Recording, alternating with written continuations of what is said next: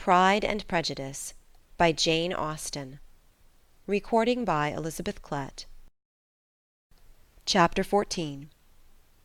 During dinner Mr. Bennet scarcely spoke at all, but when the servants were withdrawn, he thought it time to have some conversation with his guest, and therefore started a subject in which he expected him to shine, by observing that he seemed very fortunate in his patroness.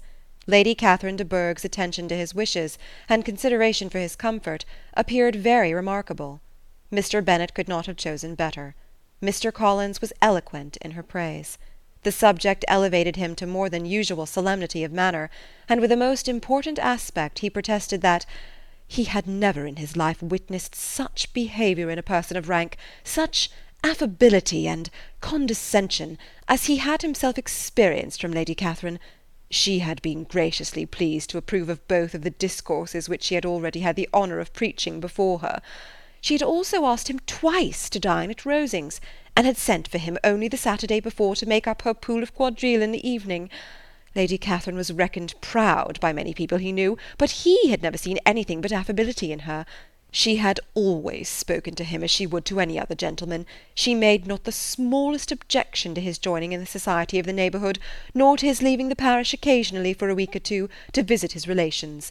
She had even condescended to advise him to marry as soon as he could, provided he chose with discretion, and had once paid him a visit in his humble parsonage, where she had perfectly approved all the alterations he had been making, and had even vouchsafed to suggest some herself, some shelves in the closet upstairs. "That is all very proper and civil, I am sure," said Mrs. Bennet, "and I dare say she is a very agreeable woman. It is a pity that great ladies in general are not more like her. Does she live near you, sir?" "The garden in which stands my humble abode is separated only by a lane from Rosings Park, her ladyship's residence." "I think you said she was a widow, sir. Has she any family?" "She has only one daughter, the heiress of Rosings, and of very extensive property." "Ah," said Mrs. Bennet, shaking her head, "then she is better off than many girls. And what sort of young lady is she? Is she handsome?" "She is a most charming young lady indeed.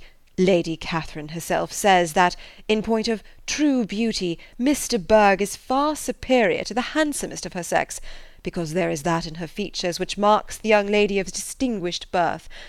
She is unfortunately of a sickly constitution, which has prevented her from making that progress in many accomplishments which she could not have otherwise failed of, as I am informed by the lady who superintended her education, and who still resides with them. But she is perfectly amiable, and often condescends to drive by my humble abode in her little phaeton and ponies." "Has she been presented? I do not remember her name among the ladies at court." "Her indifferent state of health unhappily prevents her being in town, and by that means, as I told Lady Catherine one day, has deprived the British court of its brightest ornament. Her ladyship seemed pleased with the idea, and you may imagine that I am happy on every occasion to offer those little delicate compliments which are always acceptable to ladies. I have more than once observed to Lady Catherine that her charming daughter seemed born to be a duchess, and that the most elevated rank, instead of giving her consequence, would be adorned by her. These are the kind of little things which please her ladyship, and it is a sort of attention which I conceive myself peculiarly bound to pay." "You judge very properly," said Mr. Bennet, "and it is happy for you that you possess the talent of flattering with delicacy. May I ask whether these pleasing attentions proceed from the impulse of the moment, or are they the result of previous study?" "They arise chiefly from what is passing at the time, and though I sometimes amuse myself with suggesting and arranging such little elegant compliments as may be adapted to ordinary occasions, I always wish to give them as unstudied an air as possible." Mr. Bennet's expectations were fully answered.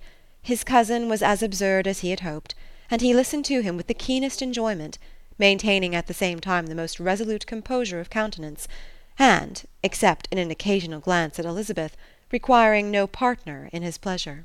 By tea-time, however, the dose had been enough, and Mr. Bennet was glad to take his guest into the drawing-room again, and when tea was over, glad to invite him to read aloud to the ladies. Mr. Collins readily assented, and a book was produced, but on beholding it, for everything announced it to be from a circulating library, He started back, and, begging pardon, protested that he never read novels. Kitty stared at him, and Lydia exclaimed. Other books were produced, and after some deliberation he chose Fordyce's Sermons. Lydia gaped as he opened the volume, and before he had, with very monotonous solemnity, read 3 pages, she interrupted him with, "Do you know, mamma, that my Uncle Phillips talks of turning away Richard, and if he does, Colonel Forster will hire him. My aunt told me so herself on Saturday. I shall walk to Meryton to-morrow to hear more about it, and to ask when Mr. Denny comes back from town."